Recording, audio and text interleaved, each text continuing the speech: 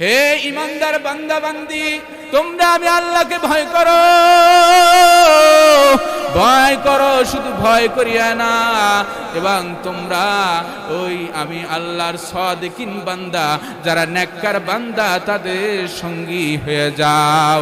কারণ নেককার বান্দাদের সাথে সঙ্গী হইলে যেমনি ভাবে আতরের দোকানে গেলে আতরের ঘ্রাণ পাওয়া যায়, ওই যে আতরের একটা ঘ্রাণ লাগে, তেমনি ভাবে যারা নেককার বান্দা, যারা আল্লাহকে ভয় করে, তাদের সংস্পর্শে থাকলে একটু ভয় ভয় লাগে, আল্লাহর ভয় ভিতরে ঢোকে। ও আমার ভাই, সাহাবায়ে কেরামদের মধ্যে কিভাবে ভয় ছিল, তারা কান্না কান্না, শুধু কান্না, জান্নাতের সার্টিফিকেট পাইছে তারপরও কান্না। আর আমাদের অবস্থা কি? ও ভাই, তাকওয়া বুঝানোর জন্য হাদিস শরীফ থেকে একটি ঘটনা টানতেছি। ও ভাই, নবীজির ভাই আকিল, সাহাবী আকিল রাদিয়াল্লাহু তাআলা আনহু, তাকে নিয়ে একদিন নবীজি কোথায় যাইতেছিলেন। বলে, ও আকিল, চলো একদিকে যাইতে হবে। যাইতেছেন, হঠাৎ মরুভূমির মধ্যে কিছুক্ষণ যাইয়া এক জায়গায় যাওয়ার পর ওই জায়গায় কোনো বাড়ি নাই, গাড়ি নাই, কিছুই নাই। ওই জায়গায় যাইয়া বলে, আকিল, আমার তো হাজতে ধরেছে, কি করা যায়? এবার আকিল বলতেছে, হুজুর, কিভাবে আপনি হাজত ছাড়বেন? এই জায়গায় তো পর্দার কোনো ব্যবস্থা নাই। আকিল বলতেছে, এই জায়গায় তো কোনো পর্দার ব্যবস্থা নাই, কিভাবে করবেন? এবার নবীজি বলে, এই আকিল, তুমি দেখো ডান দিকে তাকাইয়া কোনো বৃক্ষ দেখা যায়নি। ডান দিকে যদি বৃক্ষ দেখা যায়, তাহলে ওই বৃক্ষকে বলো আল্লাহর হুকুমে তুমি নবীজির কাছে চলে আসো। এবার আকিল ডান দিকে তাকাইয়া দেখে একটা বৃক্ষ দেখা যায়।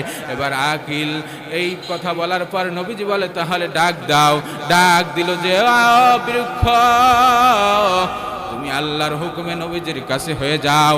এবার আকিল বলতেছে, ওই যে ডান দিকে তো হয়েছে, নবীজি বলে ডান দিকে তো পর্দার ব্যবস্থা হয়েছে, এবার বাম দিকে নাই। এবার আকিলকে আবার নবীজি ডেকে বলে, ও আকিল, বাম দিকে তাকায় দেখো কোনো বৃক্ষ দেখা যায় কিনা। আকিল বলে, কোনো বাড়ি দেখা যায় না, তবে দূরে একটা বৃক্ষ দেখা যায়। বলে, ওই বৃক্ষকে বলো আল্লাহর হুকুমে যেন আমার কাছে চলে আসে।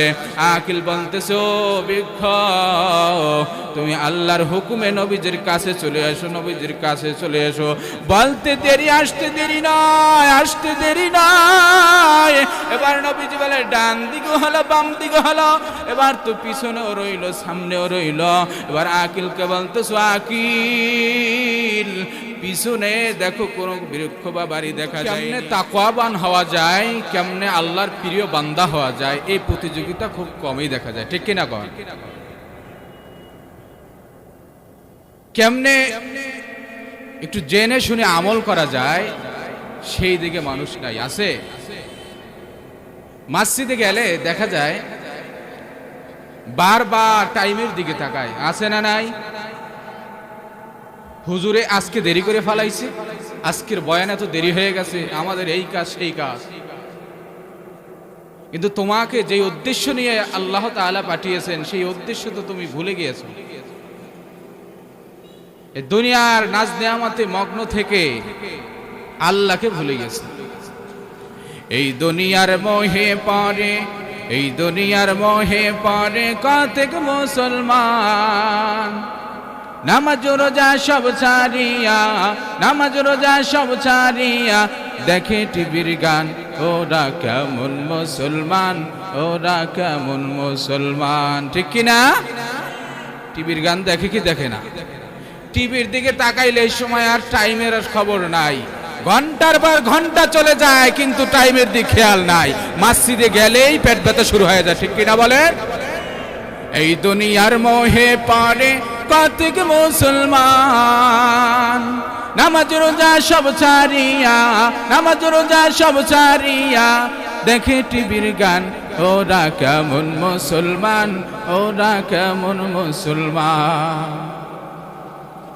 ওয়াজ মাহফিল হইল কোথায়, যেতে চায় না সেথায় মন, রাত জাগিয়া দেখে ওরা উলঙ্গ মায়ের নাচন, ঠিক কিনা?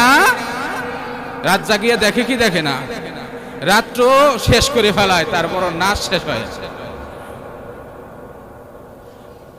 ওরা কেমন মুসলমান, ওরা কেমন মুসলমান, এই দুনিয়ার মোহে পড়ে কতক মুসলমান, নামাজ রোজা সব ছাড়িয়া দেখে টিভির গান, ওরা কেমন মুসলমান, ওরা কেমন মুসলমান। কইলে নামাজের কথা দেখায় কত অজুহাত, হাতে ব্যথা পায়ে ব্যথা আরো নাকি গিরাবাত, ঠিক কিনা? নামাজের কথা কইলে হুজুর কাবুর ঠিক নাই, এই ব্যথা সেই ব্যথা, ব্যথার আর কোনো শেষ নাই। কইলে নামাজের কথা দেখায় কত অজুহাত, হাতে ব্যথা পায়ে ব্যথা আরো নাকি গিরাবাত। রুকু সিজদা করতে নাকি, রুকু সিজদা করতে নাকি মাজায় লাগে টান, ওরা কেমন মুসলমান, ওরা কেমন মুসলমান। এই দুনিয়ার মোহে পড়ে, এই দুনিয়ার মোহে পড়ে কতক মুসলমান, নামাজ রোজা সব ছাড়িয়া দেখে টিভির গান, ওরা কেমন মুসলমান, ওরা কেমন মুসলমান। পীর পূজা আর মাজার পূজা চলছে দেশটা জুড়িয়া, শিরক বিদাত ভণ্ডামিতে দেশটা গেছে ভরিয়া, আছে না নাই? পীর পূজা আর মাজার পূজা চলছে দেশটা জুড়িয়া, শিরক বিদাত ভণ্ডামিতে দেশটা গেছে ভরিয়া। গাজার কলকি টান মারিয়া, গাজার কলকি টান মারিয়া দেখায় খাজার শান, ওরা কেমন মুসলমান, ওরা কেমন মুসলমান। এই দুনিয়ার মোহে পড়ে, এই দুনিয়ার মোহে পড়ে কতক মুসলমান, নামাজ রোজা সব ছাড়িয়া দেখে টিভির গান, ওরা কেমন মুসলমান, ওরা কেমন মুসলমান। ওয়ালিমান খাফা মাকামা রাব্বিহি ওয়া নাহান নাফসা আনিল হাওয়া ফাইন্নাল জান্নাতা হিয়াল মাওয়া। ভাইরা আমার, আমি যে আয়াত শরীফ তেলাওয়াত করছি, আল্লাহ তাআলা বলেন যে আমার সামনে দাঁড়ানোর ভয়ে নিজের নফসকে দমন করে, গুনাহ থেকে হেফাজত থেকে আমাকে ভয় করে গুনাহ থেকে হেফাজত থাকবে, আমি আল্লাহ তাকে জান্নাত দিয়ে দিব। জোরে বলেন সুবহানাল্লাহ। ভয়ের নাম কি? তাকওয়া। ভয়ের নাম কি? তাকওয়া। এই তাকওয়াবান যদি হওয়া যায়, ওই লোকটা আল্লাহ তাআলার দরবারে বড় প্রিয় হয়ে যায়। এই তাকওয়া কাকে বলে? ওমর রাদিয়াল্লাহু তাআলা আনহু, উবাই ইবনে কাব রাদিয়াল্লাহু তাআলা আনহু তাকে জিজ্ঞেস করেছিলেন, উবাই ইবনে কাব, তাকওয়া কাকে বলে? উবাই ইবনে কাব উত্তর না দিয়ে তিনি পাল্টা প্রশ্ন করলেন, আপনি কি কখনো কাঁটাযুক্ত বাগান দেখেছেন? বলে, হ্যাঁ আমি বাগান দেখেছি। বলে, ওই বাগান দিয়ে কখনো আপনি চলেছেন? বলে, হ্যাঁ ওই বাগান দিয়ে আমার চলা হয়েছে। বলে, কিভাবে চলেছেন? বলে, ওই বাগান দিয়ে আমি এইভাবে চলেছি যেমনি ভাবে চললে আমার গায়ে কোনো কাঁটা না লাগে। এবার উবাই ইবনে কাব বলতেছেন, টোটাল দুনিয়াটা হলো একটা গুনাহের কাঁটার বাগান। এই কাঁটার বাগানে সুদের নামক কাঁটা আছে, এই কাঁটার বাগানে মিথ্যা নামক কাঁটা আছে, এই কাঁটার বাগানে অপরের উপরে জুলুম করার কাঁটা আছে, এই দুনিয়ার কাঁটার বাগানে হারাম কাঁটা আছে, এই দুনিয়ার নামক কাঁটার বাগানে এই যে কবিরা গুনার কাঁটা আছে, এই দুনিয়ার কাঁটার বাগানে মা বাবার অবাধ্য সন্তানের কাঁটা আছে। এই দুনিয়ার মধ্যে এমন ভাবে চলা লাগবে যেমনি ভাবে চললে আমার গায়ে কোনো কাঁটা না লাগে। এ মুসলমান, ভালো করে শুনে নাও, আজ সমাজের মধ্যে তাকওয়া নাই, ঘরে তাকওয়া নাই, নিজের মধ্যে তাকওয়া নাই, চুরি ডাকাতি চলছে, ওই যে জেনা চলছে, মিথ্যা চলছে, সুদ চলছে, বেনামাজি চলছে, রোজা রাখে না, এই গুনাহের কাজ চলতেছে। কেন? বলে তার মধ্যে তাকওয়া নাই। যার মধ্যে তাকওয়া আছে সে কখনো গুনাহ করতে পারে না, পারেনি। আল্লাহ তাআলা এই তাকওয়ার কথা কোরআন শরীফে বার আল্লাহ তাআলা বলেন, ইত্তাকুল্লাহ, তোমরা আমি আল্লাহকে বেশি ভয় করো। ভয় এখন আল্লাহকে করি না, মানুষকে বেশি ভয় করি, ঠিক কিনা কন? ঠিক কিনা? কথা বলতে সমস্যা হয়নি? শক্তি দিয়েছেন কে? ব্যয় করব কার কার কাজে? তাহলে আল্লাহর কাছে জিজ্ঞেস করলে উত্তর দিতে দেওয়া যাবে না? ভাইরা আমার, বন্ধুরা আমার, আল্লাহ তাআলা পবিত্র কোরআনুল কারিমে আল্লাহ তাআলা আমরা যে দুনিয়াতে এখন আছি, বিগত সময় যারা ছিল তাদেরকে লক্ষ্য করে বলেন, ওয়ালাকাদ ওয়াসাইনাল ইনসান ওয়ালাকাদ ওয়াসাইনাল্লাযীনা উতুল কিতাবা মিন ক্বাবলিকুম ওয়া ইয়্যাকুম আনিত্তাকুল্লাহ। আল্লাহ তাআলা বলেন, তোমাদের পূর্ববর্তী যারা ছিল, যাদেরকে আমি কিতাব দিয়েছিলাম, তাদেরকেও আমি আল্লাহর ভয় করার জন্য বলেছি। আমি আল্লাহকে তোমরা বেশি পরিমাণে ভয় করো। শুধু কি তাই, নবী রাসূলুল্লাহ যেই তালিম দিয়েছেন, তাদেরও তালিমের উদ্দেশ্য ছিল আল্লাহকে ভয় করো, আল্লাহকে ভয় করো। আল্লাহ তাআলা বলেন, ইয়া আইয়ুহাল্লাযীনা আমানু ইয়া আইয়ুহান নাবিয়্যু ইত্তাকুল্লাহ ওয়া লা তুতি'ল কাফিরিনা ওয়াল মুনাফিকিন ইন্নাল্লাহা কানা আলীমান হাকীমা। আল্লাহ তাআলা নবীকে লক্ষ্য করে বলে, নবী আমার, আপনি আল্লাহকে ভয় করেন, খবরদার কাফের মুশরিকের অন্তর্ভুক্ত হয়েন না। আল্লাহ তাআলা নবীকে পর্যন্ত বলে আল্লাহকে ভয় করো। শুধু তাই নয়, গোটা পৃথিবীর মধ্যে শুরু থেকে আজ পর্যন্ত এবং পরবর্তী যারা আসবে সকল মানুষদেরকে লক্ষ্য করে আল্লাহ তাআলা বলেন, ইয়া আইয়ুহান নাসুত্তাকু রাব্বাকুমুল্লাযী খালাকাকুম মিন নাফসিন ওয়াহিদা। আল্লাহ তাআলা বলেন, গোটা পৃথিবীর মানুষদেরকে, ও মানুষেরা, তোমরা আমি আল্লাহকে বেশি পরিমাণে ভয় করো। কারণ ভয় যার মধ্যে থাকবে তার দ্বারা গুনাহ হবে না, তার দ্বারা চুরি হবে না, তার দ্বারা ডাকাতি হবে না, তার দ্বারা জুলুম হবে না, পরের মাল ঠকাইয়া খাবে না, সরকারি মাল ঠকাইয়া খাবে না, অন্যজনকে গালি দিবে না, জেনা করবে না, মিথ্যা বলবে না, চুগলখুরি করবে না, এই যে মানুষের প্রতারণা দিবে না, ঠিক কিনা কন? যার মধ্যে তাকওয়া নাই সে যা ইচ্ছা তাই করতে পারবে, ঠিক কিনা? ভাইরা আমার, বন্ধুরা আমার, আল্লাহ তাআলা শুধু মানুষদেরকে বলেই ক্ষান্ত রাখেন নাই। আল্লাহ তাআলা এবার বলেন, ইয়া আইয়ুহাল্লাযীনা আমানুত্তাকুল্লাহা ওয়াল তানজুর নাফসুম মা কদ্দামাত লিগাদ ওয়াত্তাকুল্লাহা ইন্নাল্লাহা খাবীরুম বিমা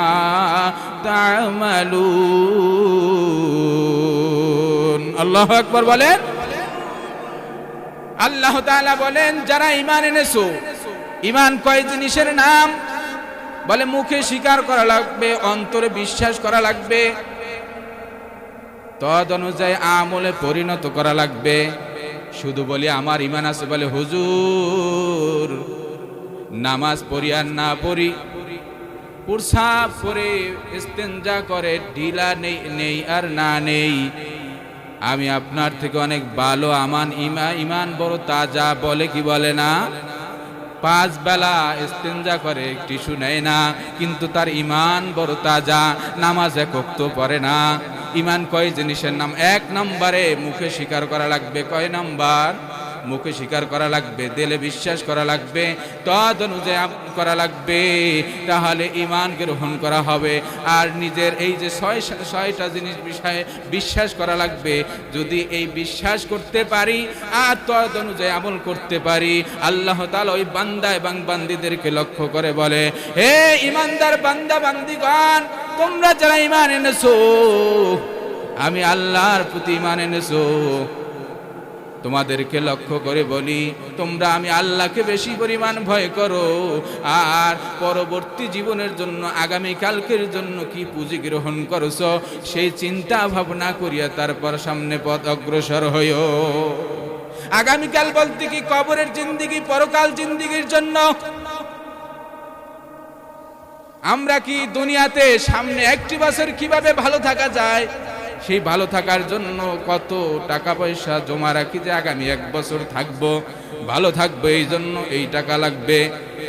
পরকাল জিন্দিগি ভালো থাকার জন্য টাকাতে কাজ হবে নি, পরকাল জিন্দিগিতে ভালো থাকার জন্য ন্যাক লাগবে, ন্যাক। ওই ন্যাক ছাড়া পরকাল জিন্দিগিতে কোনো কাজ হবে না, ঠিক কিনা কন? ভাইরা আমার, বন্ধুরা আমার, এই তাকওয়া কিনতে পাওয়া যায়নি, তাকওয়া অর্জন করতে হবে। যারা তাকওয়াবান তাদের কাছে যাইয়া, তাদের সোহবতে থাকিয়া তারা কিভাবে আল্লাহকে ভয় করে, তাদের সাথে থাকিয়া শিখিয়া তারপর আল্লাহকে ভয় করতে হবে।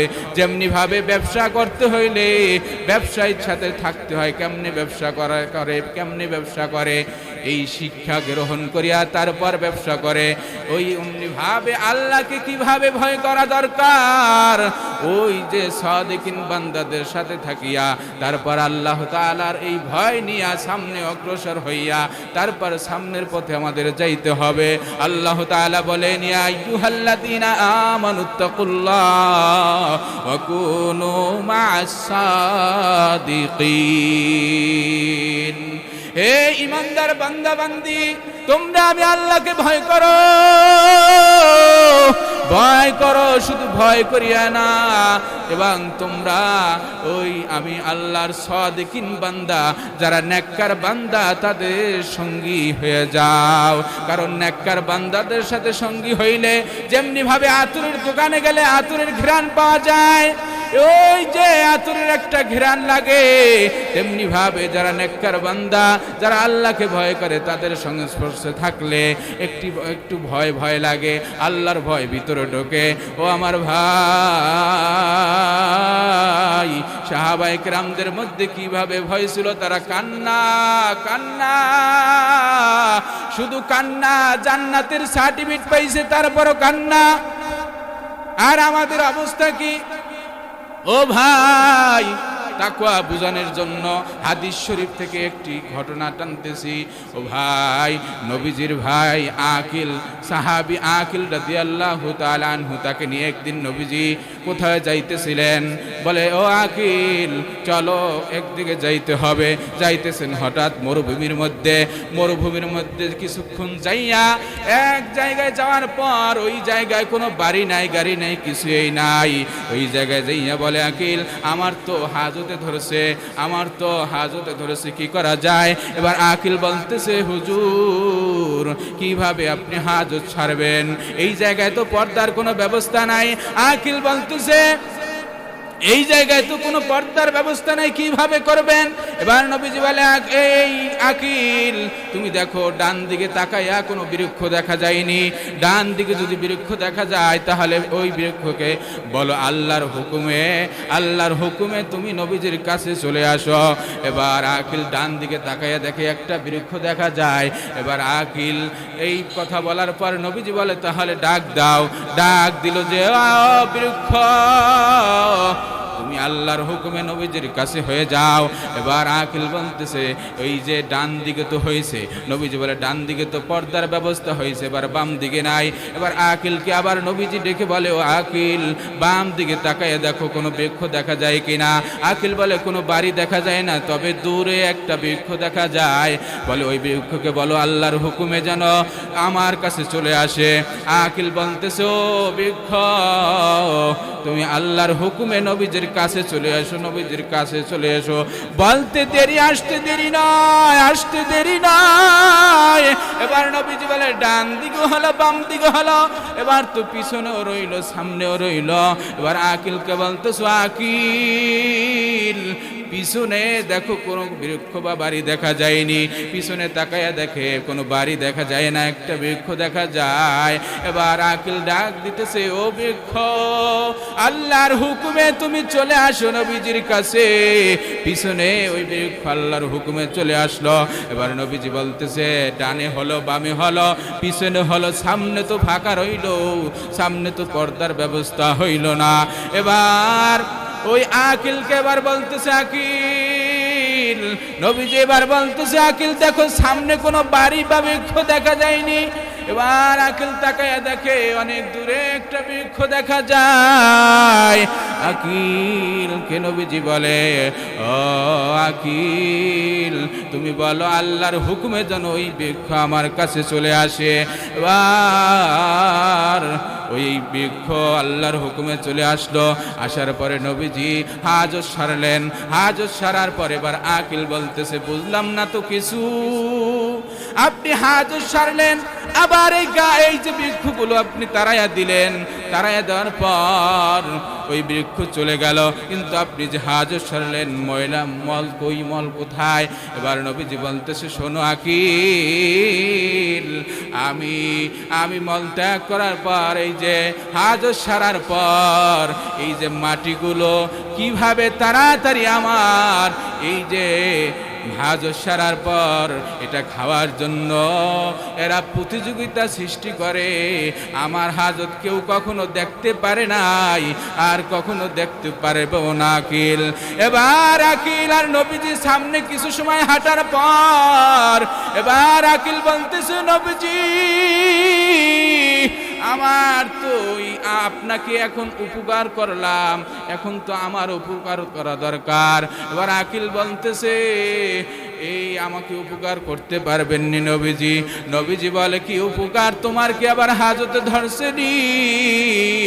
এবার আকিল বলে, নবীজি, না না না, আমার পানির পিপাসা ধরেছে, পানির পিপাসা। নবীজি, আমার কাছে যেই পানি ছিল, আপনার কাছে যেই পানি ছিল, সেই পানি তো শেষ হয়ে গেছে, এখন পানি কোথায় পাবো? নবীজি, আপনি ব্যবস্থা করে দিতে পারেননি। এবার এই কথা বলার পর নবীজি বলতেছে, ও আকিল শোনো, ওই যে একটা পাহাড় দেখতে পাও, ওই পাহাড়ের কাছে যাইয়া আমার কথা বলবা। ওই যে নবীজি পাঠাইছে, নবীজির হুকুমে তোমরা আমাকে পানি দাও, আমার পানি খাওয়া লাগবে। এবার আকিল যাইয়া পাহাড়কে বলতেছো, পাহাড়, নবীজি আমাকে পাঠাইছেন, পানির ব্যবস্থা করে দিতে বলছেন। এবার পাহাড় আল্লাহর হুকুমে জবান খুলে গেছে, মানুষের মতো কথা বলতেছে। এবার পাহাড় বলতেছে, শোনো, আমাদের ভিতরে কোনো পানি নাই, পানি নাই। বলে, যেই দিন আল্লাহ তাআলা বলছেন, ও আনফুসাকুম ওয়া আহলিকুম নারা ওয়াকুদুহান নাস ওয়াল হিজারা, নিজে বাঁচো, নিজের আহাল পরিবারকে বাঁচাও জাহান্নামের আগুন থেকে। ওই দিন থেকে আমরা কান্না করতেছি, আর আল্লাহ তাআলা বলছেন, ওয়াকুদুহান নাস ওয়াল হিজারা, জাহান্নামের আগুন জ্বালানো হবে পাথর দ্বারা। ওই পাথর দ্বারা জ্বালানো হবে মানুষকে আগুন দেওয়ার জন্য। যেই দিন আমরা শুনতে পাইছি, সেই দিন থেকে আমরা কান্না করতেছি। আমাদের কান্না করতে করতে করতে করতে আমাদের চোখের পানি নাই। আমরা কোথা থেকে পানি দিব? কোথা থেকে পানি দিব? এবার আকিল চলে গেলেন নবীজির কাছে। নবীজির কাছে যাইয়া বলতেছে, নবীজি, পাথর এই কথা বলল। এবার নবীজি বলে, শোনো আকিল, তোমাকে তো এই জন্য পাঠাই নাই, তোমাকে পাঠাইছি কিছু শিক্ষা গ্রহণ করার জন্য। বলে, দেখো আল্লাহর ভয়, পাথর কি পরিমাণ কান্না করে, আর বর্তমান জবানে মানুষের মধ্যে কোনো আল্লাহর ভয় নাই। আছে না নাই? ভয় আসেনি? ভয় নাই। আগে যেইভাবে পুলিশ ভয় পাইতো ছেলে পান, এখন আর ওইরকম ভয় পায় না। এখন শরীরে উঠিয়া নাচে, ঠিক কি না? পুলিশ লাইনে লাইনে আসলেও কোনো ভয় নাই। কি করবে আমাদের? আগে বাবা মারে যেই পরিমাণ ভয় পাইতো, এখন আর সেই পরিমাণ ভয় পায় না। আগে উস্তাদরে যেই পরিমাণ ভয় পাইতো, সেই পরিমাণ ভয় পায় না। তাকওয়া থাকবে কোথা থেকে? উস্তাদকে ভয় করার কারণে তাকওয়া ভয় হয়। ভয়ের কারণে ছাত্র পড়াশোনা করে, ভয়ের কারণে মা বাবার সামনে গুনাহ করে না, মা বাবার সামনে অপরাধ করে না। আজ তো মা বাবার সামনে অপরাধের পর অপরাধ হইতেছে, মা বাবাকে ভয় করে না, পুলিশকে ভয় করে না। কত পুলিশ, বিডিআর, সিআইডি, ডিবি, কত কিছু এই যে গুনাহ, এই যে অপরাধের অপরাধের জন্য কত কিছু সাজায়া রাখছে, কিন্তু অপরাধ কমাইতে পারতেছে না। কারণ কি? বলে ভিতরে তাদের মধ্যে তাকওয়া নাই, ভয় নাই, এই জন্য তাদের অপরাধ কমে না। আকিল এবার নবীজির কাছে যাওয়ার পর নবীজি বলে, শোনো, তোমাকে শিক্ষা গ্রহণের জন্য পাঠাইছি। বলে, দেখো ওই পাথর কি পরিমাণ কান্না করছে। জাহান্নামের ভয়, আল্লাহর ভয় পাথরের মধ্যে তাকওয়া আছে, মানুষের মধ্যে নাই। এবার নবীজি তার 5টি আঙ্গুল বালুর মধ্যে দিলেন, গপ গপ করে পানিগুলো বের হয়ে গেল। এবার আকিলকে বলতেছে, নাও যা, তোমার দরকার, তুমি খাইতে পারো, গোসল করতে পারো, ওযু করতে পারো। বলে, নবীজি কিছুই তো বললাম না, এই যে দেখতেছি আপনি পাথরের কাছে পাঠাইলেন, আবার আপনি বালুর মধ্যে হাত দিলেন, পানি বের হলো। আল্লাহর কুদরত, আপনার এই কুদরত দেখে আমার ইমানের পাওয়ার বড় বৃদ্ধি হয়ে গেল। এবার আকিল আর নবীজি আবার কিছু দূর সামনে হাঁটার পর একটা উট এক বাড়ি থেকে বের হইয়া দৌড় দিয়া আসলো নবীজির কাছে। নবীজির কাছে আসিয়া বলে, নবীজি আমাকে একটু আশ্রয় দেন। এবার উট আসিয়া আশ্রয় চাওয়ার পর নবীজি হাত দিলেন, হাত দেওয়ার পর উট আশ্রয় পাইলেন। এবার কিছুক্ষণ পরে উটের মালিক দেখে তীরে আসতেছে, উটের মালিক তীরে আসতেছে, হাতের মধ্যে একটা অস্ত্র, হাতের মধ্যে একটা অস্ত্র দেখিয়া ভাবতেছে কি ব্যাপার, নবীজি ভাবতেছে কি ব্যাপার, আমাকে কোনো সমস্যা করবে নাকি, আমি কি তার কোনো ক্ষতি করলাম নি? কিন্তু লোক আসিয়া দেখতেছে নবীজিকে আইয়া সালাম দিল, আসসালামু আলাইকুম ইয়া রাসূলুল্লাহ। এবার নবীজি ভাবলেন, এই লোক যেহেতু সালাম দিয়ে ইয়া রাসূলুল্লাহ বলল, নিশ্চয়ই আমাকে চিনছে, আমি যে রাসূল চিনছে। এবার ওই লোক এবার বলতেছে, ও আল্লাহর নবী, এই যে উটটা আছে, এই উটটার জন্য আমি আসছি। বলে, এই উটটা কার? বলে, উটটা হলো আমার। বলে, এই উটটা আমাকে ঠিকভাবে, আমাকে তার উপরে নেয় না, আমাকে ঠিকভাবে সে খাদেমগিরি করে না, আমার ঠিকভাবে সে যা বলি তা করে না। এবার উট আল্লাহর হুকুমে তার জবান বের হয়ে গেল, জবান দ্বারা কথা বলা শুরু করলো। আল্লাহর হুকুমে উট কথা বলতে পারে কি পারে না? আবার বলবে, উট কেমনে কথা বলে? এই যে জবানটাকে আমাদের মাঝে বন্ধ করে দেবে, হাত পা সাক্ষী দিতে থাকবে, আল্লাহর হুকুমে পারবে না। এবার উট বলতেছে,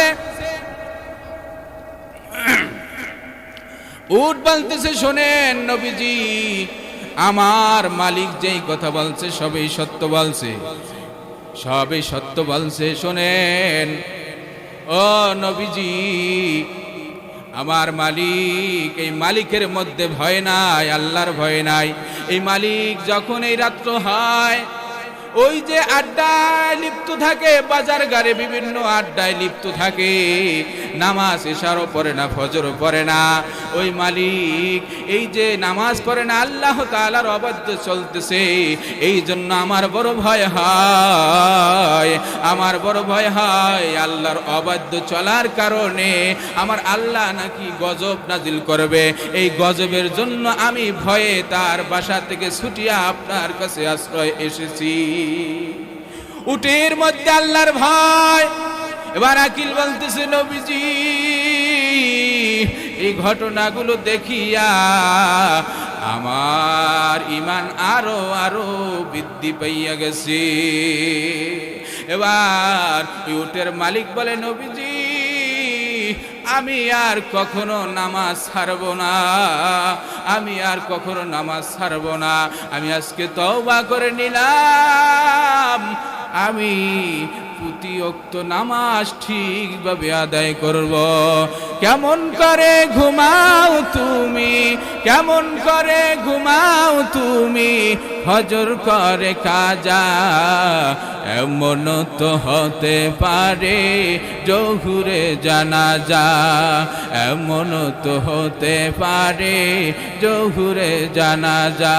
মুসলিম হয় না জন্ম নিলে মুসলমানের ঘরে, কাফের মুমিন তফাৎটা হয় নামাজের মাধ্যমে, ঠিক কিনা? মুসলিম হয় না জন্ম নিলে মুসলমানের ঘরে, কাফির মুমিন তফাৎটা হয় সালাতের মাধ্যমে।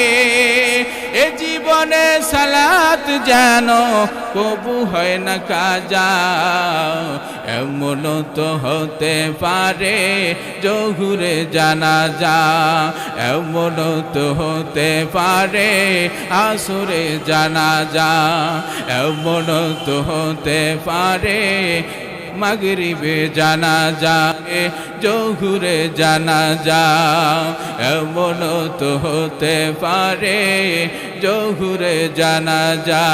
বেনামাজি পাবে না হায় নবীর শাফায়াত, দোজখ হবে শেষ ঠিকানা, আঘাত আর আঘাত। বেনামাজি পাবে না হায় নবীর শাফায়াত, দোজখ হবে শেষ ঠিকানা, আঘাত আর আঘাত। নামাজ বিনে পাবে না সে, নামাজ বিনে পাবে না সে পরকালে সাজা, এমন তো হতে পারে জহুরে জানাজা, এমন তো হতে পারে আসরে জানাজা, এমন তো হতে পারে মাগরিবে জানাজা। হতে পারেনি? এই যে একজন লোক মারা গেল, তাই আল্লাহ তাআলার ভয় নিয়ে আমরা যেন সামনের পথ অগ্রসর হতে পারি। আর আল্লাহর ভয় যারাই ভয় নিয়ে চলবে, আল্লাহ তাআলা তাদেরকে জান্নাতে প্রবেশ করাবেন, ঠিক কি না? এজন্য ভয় নিয়ে চলতে হবে। ভয় নিয়ে চলবেন না, ভয় নিয়ে বয়ান শুনবেন না, ভয় নিয়ে নামাজ পড়বেন না, ভয় নিয়ে রোজা রাখবেন না, ভয় নিয়ে মানুষের সাথে কথা বলবেন না। যেমন খুশি তেমন করবেন, তাদের জন্য আল্লাহ জান্নাত বানান। এই ভয়ের কথা কোরআনের মধ্যে 200 উপরে বলেছেন। নামাজের কথা তো বলেন নাই, বারবার বলছেন ইত্তাকুল্লাহ, তোমরা আল্লাহকে ভয় করো। আল্লাহ তাআলা যাহা কিছু বললাম